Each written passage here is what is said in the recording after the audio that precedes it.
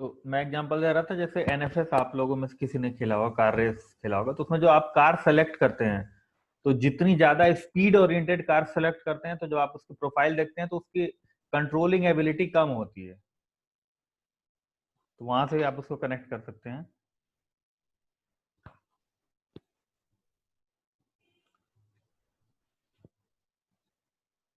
मुझे लगता है लीवर कंप्लीट है अश्विनी। हाँ, कॉन्सेप्ट इनको सबको समझ में आ गया। अब उसकी एप्लीकेबिलिटी ये जो बॉडी इसीलिए ना प्रिंसिपल पोजीशन ऑफ और लेवरेज में बेसिक जो मुझे अपने कॉन्सेप्ट को क्लियर करने में लगी थी, जैसे रेजिस्टेंस पॉइंट क्या होता है, कैसे रेजिस्टेंस हम कैलकुलेट करते हैं, ये सब चीजें मुझे किसी ने पढ़ाई थी। एक्चुअली आईआईटी के थे सर, उन्होंने पढ़ाई थी लीवर। वही तो चीज है उन्होंने ना, बोला जैसे था कि आपने समझ में आना चाहिए जो प्लेन कैसे और एक्सिस रेजिस्टेंस वाला हम। कॉन्सेप्ट जो बताया था, हाँ, तो इसको भी इनको समझना होगा कि पहले आपको एक्सिस पकड़नी होगी, यानी मूवमेंट एक्चुअली एक्सेस पकड़ लिया और कुछ उसके चीजें बाद तो याद आप भी आराम करनी से। पड़ी, बिल्कुल चीजें याद भी करनी पड़ेंगी। सर मैं तो फार फरा रफा करके नवीन सर बताए थे, वही याद कर लिया। हाँ, जैसे आप याद हाँ, कर सकें, चीजें कॉन्सेप्चुअलाइज होनी चाहिए आपके माइंड में, ताकि आपको जब भी उसकी एनालिसिस करनी हो तो उसको आप तुरंत और बोले एनालाइज तो करके मेरे और पास पाएं। बहुत अच्छा वायरसेस से होने वाली बीमारियों को है कि काली निमोनिक टॉय पर जाकर वीडियो ऐसे करके मैंने सबके फॉर्मूले बना रखे थे, पता नहीं कहाँ पड़े हैं। स्किल टेस्ट कौन से हैं, मोटर एबिलिटी, सबके फॉर्मूले थे मेरे पास। तो इसको और बॉडी के एग्जांपल्स के थ्रू आप क्लासिफाई जरूर कीजिएगा, कम से कम 5-5, 6-6 एग्जांपल्स तीनों क्लास ऑफ लीवर्स के लिखिएगा।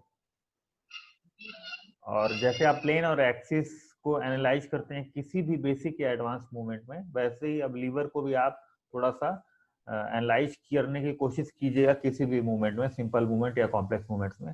तो ये कॉन्सेप्ट और क्लियर हो जाएगा। फिर जो भी क्वेरीज आपकी आती हैं वो सारी की सारी सॉल्व की जाएंगी, तो फिर आपको और अच्छे तरीके से ये चीजें समझ में आएंगी। दूसरी बात, सिद्धार्थ सर ने इससे पहले भी आपको कुछ चीजें पढ़ने के लिए बोली थी, जैसे फोर्स मोशन प्रिंसिपल्स के बारे में भी बोला था सबने, फोर्स टाइम प्रिंसिपल्स के बारे में बोला था, तो वो सारी चीजें तो आपने पढ़ी होगी। इसके अलावा इम्पल्स मोमेंटम रिलेशनशिप क्या होती है, ये भी एक बार देख लीजिएगा, और वर्क एनर्जी प्रिंसिपल्स क्या क्या होते हैं ये देख लीजिएगा। तो इससे आप जो मोशन से रिलेटेड जितनी भी कॉन्सेप्ट्स हैं वो समझने में आपको ज्यादा आसानी होगी। इम्पल्स आपने एक नया वर्ड ये सुना होगा, आप सिंपल अगर उसको फॉर्मूला में अगर फॉर्मूला वाइज अगर देखना चाहें, इम्पल्स को भी कहते हैं ना force into time. Ashwini, force into time भी इम्पल्स हाँ होता है ना, बिल्कुल वही एफ होता इनटू ही है टी। सर, वही होता है। अच्छा, हाँ, तो जैसे जैसे आप चीजों को देखते जाएंगे वैसे वैसे चीजें अच्छी होती सर एक जाएंगी। बार और बोल दीजिएगा, impulse. Impulse equal to force into time. Impulse momentum relation principles, मैं भी लिख रहा इम्पल्स हूँ मोमेंटम रिलेशनशिप, जी जी। Work energy relationship. सर एक वर्क क्या बोलिए? Work energy relationship. ऐसे V equal to R omega भी समझने वाली चीज है, इनकी अच्छी चीज है। बिल्कुल, चीजों को आप जितना एक्सप्लोर करेंगे उतना रिलेशनशिप अच्छा रहेगा। Angular and linear process. बिल्कुल बिल्कुल।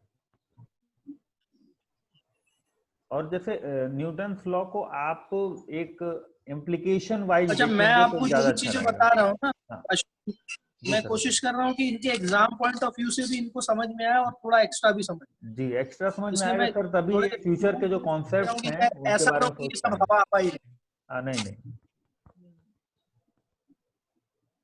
सर वर्किंग रिलेशन क्या बोले, सही बात बोल दीजिए। Work energy relationship. अरे ये भाई जितना काम करोगे उतनी एनर्जी जाएगी। Simple relation.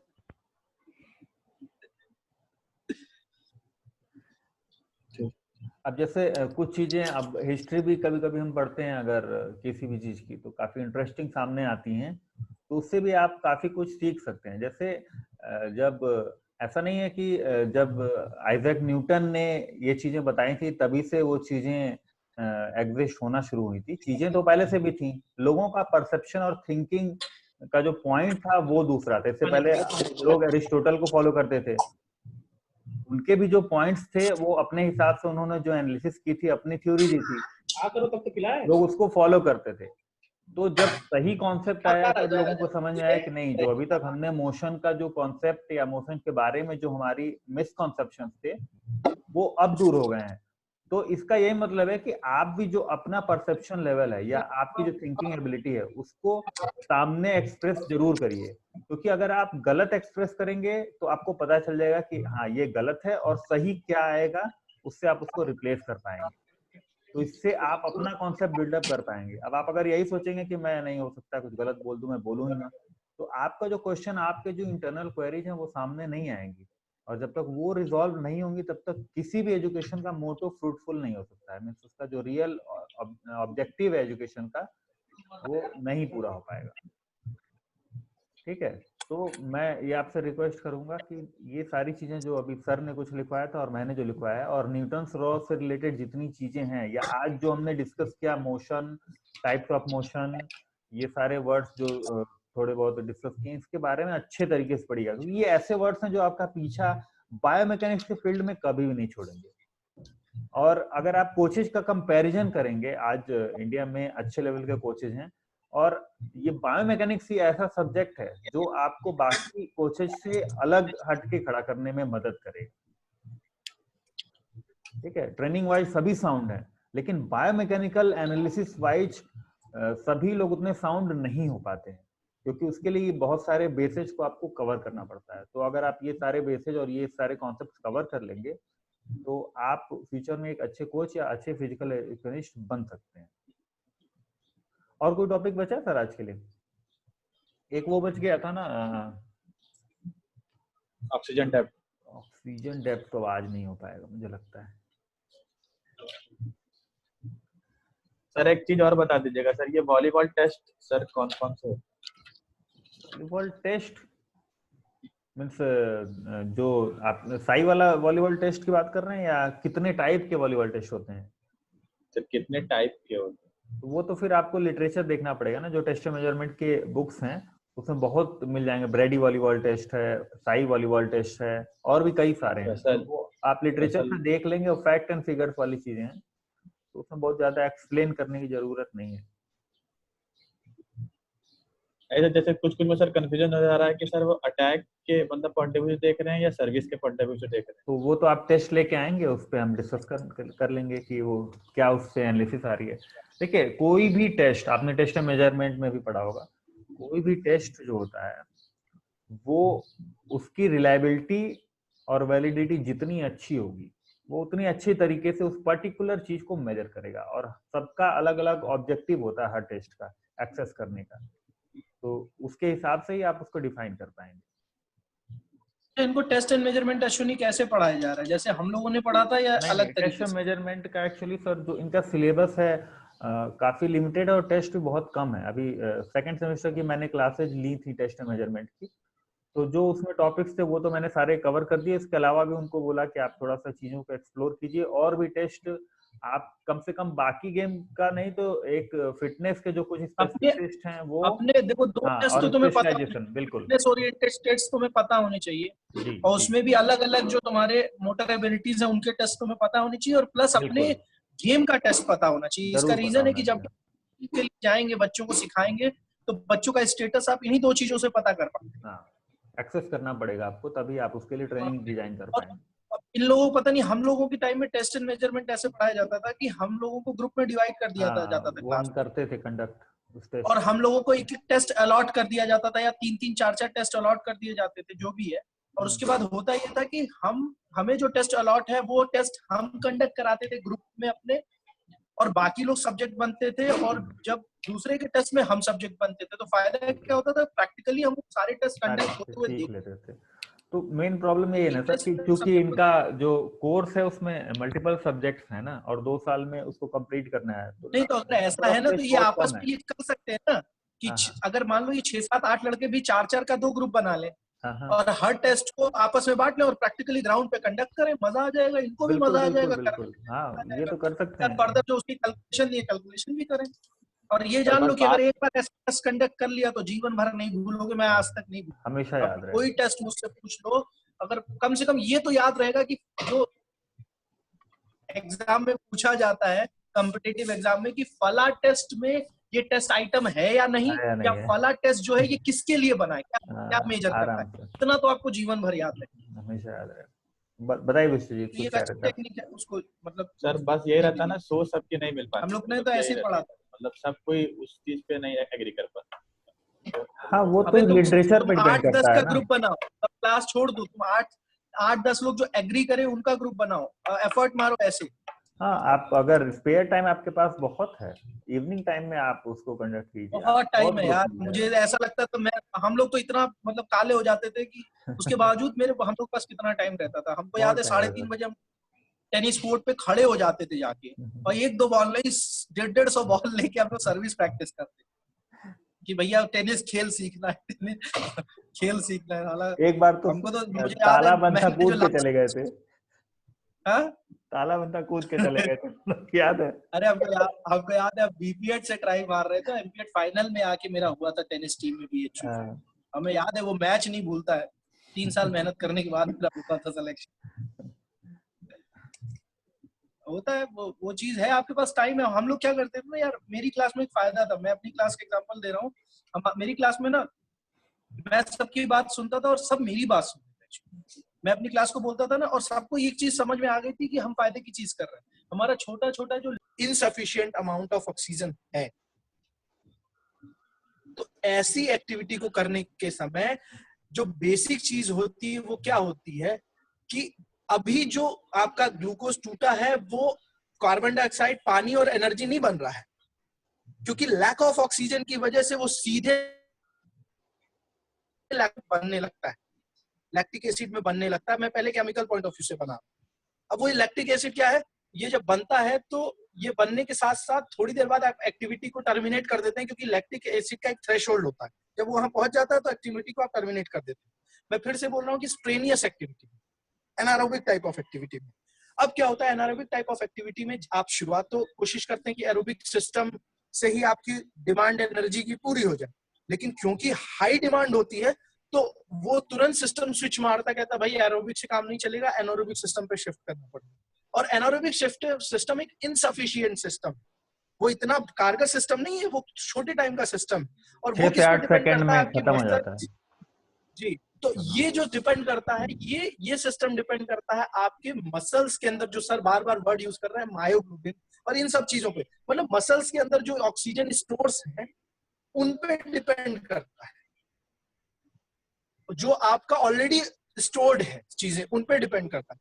अब वो क्या करता है कि वहां से वो डिमांड को लेता है, ऑक्सीजन को लेता है, और आपकी एक्टिविटी होने लगती है फटाफट फटाफट फटाफट। लेकिन इस दौरान लैक्टिक एसिड बनता रहता है जो मसल्स में एक्यूमुलेट होता है, और एक लेवल के बाद आप रुक जाते हैं, एक्टिविटी नहीं कर पाते हैं, लैक्टिक एसिड बहुत ज्यादा हो जाता है। क्योंकि एरोबिक सिस्टम में लैक्टिक एसिड बन ही नहीं रहा है, इसलिए दिक्कत नहीं होती है, लेकिन यहाँ लैक्टिक एसिड बनने की वजह से आप अपना काम रोक देते हैं। लेकिन लैक्टिक एसिड को भी डिसॉल्व होने के लिए वापस एटीपी और सीपी के फॉर्म में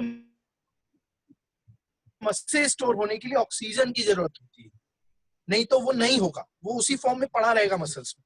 तो क्या होता है कि जो स्टोर आपने खाली किए इमरजेंसी के टाइम में, या जब स्ट्रेनियस एक्टिविटी के टाइम में, जब आप रिकवरी में जाते हैं तो आप उसको रीप्ले करते हैं। इसका एग्जांपल होता है जब आप कोई स्ट्रेनियस एक्टिविटी खत्म कर देते हैं, तो ऐसा नहीं कि आपने कोई स्विच लगाया और आप तुरंत नॉर्मल हो जाते हैं, बहुत लंबे समय तक आपकी सांस तेज तेज चलती रहती है, आप रिकवरी करते रहते हैं।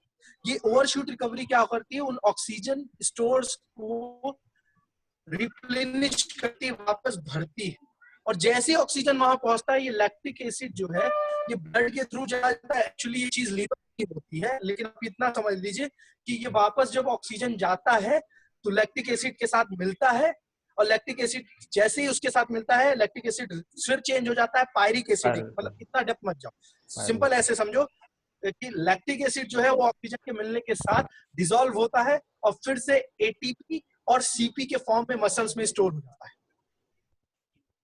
बस अब वो क्या है, ये ऑक्सीजन डेप्थ क्यों कहते हैं इसको, क्योंकि आप उधार लेते हैं अपनी मसल्स से ड्यूरिंग स्ट्रेनियस एक्टिविटी, क्योंकि आपकी नॉर्मल एरोबिक साइकिल से ऑक्सीजन आपको नहीं मिल पा रही, और जब आपकी एक्टिविटी खत्म हो जाती है तो आप वापस उसको रिप्लेनिश करते हैं, भरते हैं।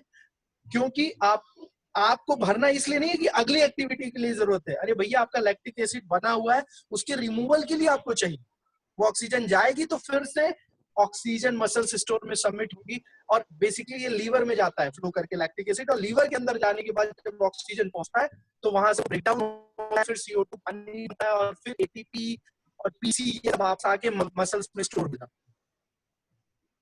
ये सिस्टम है। What is oxygen depth? During strenuous activity the extra amount of oxygen taken by the body at the termination of the activity during recovery period, और टू इसको और आसान कर दें तो to dissolve the lactic acid presence in the muscles and also replenish the store which was consumed in the activity. This is oxygen depth. इसके बारे में थोड़ा और पढ़ना, एक चीज और, अब दो चीजें और नोट कर लो इसके बारे में पढ़ना, मसल क्रैम्प और how to handle muscle cramp, very important topic. ये हर जगह होता है, मसल क्रैम्प लोगों को लगता है भयंकर लगता है। व्हाट इज मसल क्रैम्प और how to handle muscle cramp, और what is muscle soreness and how to handle muscle soreness. हाँ, तो सोरनेस अच्छी है कि बुरी है? सर अच्छी चीज है वो, बहुत अच्छी चीज है, बेसिकली अच्छी चीज है, लेकिन सोरनेस में आपको एक बात जरूर ध्यान रखें कि अगर मसल सोरनेस हो रही तो आपको रिकवरी तो प्रॉपर लेनी है ना। हाँ आप, क्योंकि जो फाइबर्स टूट रहे हैं वो वापस से रीबिल्ड हो रहे हैं। Yes sir. और कई बार एक्स्ट्रा बिल्ड भी हो रहे हैं, तो ऐसी कंडीशन में अगर आप बार बार लगाते चले जाएंगे एट वेरी हाई रेट तो फिर आप एक ऐसे स्टेज में पहुंच जाएंगे जहां कोई ट्रोमा हो सकता है ऐसा। बट इनिशियली जो मसल सोरनेस, अब बीइंग कोच आपने किसी को एक्सरसाइज कराई, आपको पता होना चाहिए कि अगर आप स्ट्रेंथ, बढ़िया स्ट्रेंथ वर्कआउट दे रहे हैं तो जिस पर्टिकुलर बॉडी सेगमेंट के लिए आप स्ट्रेंथ वर्कआउट दे रहे हैं उसमें मसल सोरनेस होगी। Yes sir. लेकिन क्रैम्प बिल्कुल डिफरेंट चीज, क्रैम्प का कारण बिल्कुल डिफरेंट है। और क्रैम्प के लिए दो चीजें होती है। क्रैम्प के लिए इमीडिएट न्यूट्रिशनल सप्लीमेंट भी दिया जाता है, कुछ ना कुछ उसको खाने पीने की ऐसी चीज देनी है तुरंत, और उसको हैंडल करने का भी दूसरा तरीका है, उसको फिर अलग तरीके से हैंडल किया जाता है क्रैम्प। और क्रैम्प लगना बहुत कॉमन है, बहुत कॉमन मतलब इतना कॉमन है स्पोर्ट्स एक्टिविटी में कि आपको अगर क्रैम्प नहीं हैंडल करने आता है तो समझ लीजिए आप कोच हैं ही नहीं। You have to know how to handle.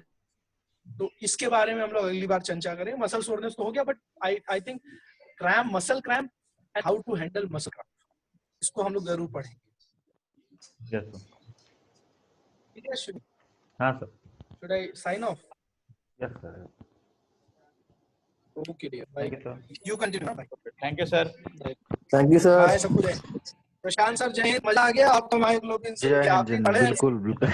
Sir like sir ऐसा है ना कि मेरे पास किताब नहीं है, बस श्याम सर जो बताए थे वही सब दिमाग में चलता रहता है ना। फील्ड में आप चाहे जो करा लो कर लूंगा, लेकिन पेन पेपर में कमजोर हूँ थोड़ा। इसीलिए मैं और किया है।